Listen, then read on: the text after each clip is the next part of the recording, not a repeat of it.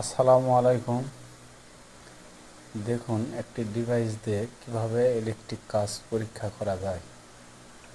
দেখুন এখন লাইন নাই, এই যে লাইন নাই এই ডিভাইস দিয়ে। এরপর আবার সুইচ দিলাম, সুইচটি দেওয়ার পর দেখুন এখানে কি হয়।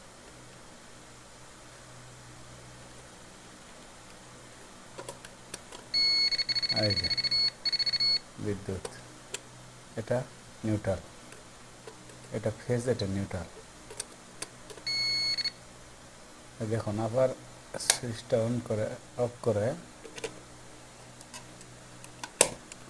এটা লেগে দিলাম, এই তো সুইচ দিলাম, লাইনটা পাওয়া গেল। এখন লাইন চলে আসছে। এখানে একটা আসলে ভিডিওটি দেখুন, এই সুইচটা অন করলাম, দেখুন এটা নিউট্রাল, এটা ফেস, এই যে ফেস,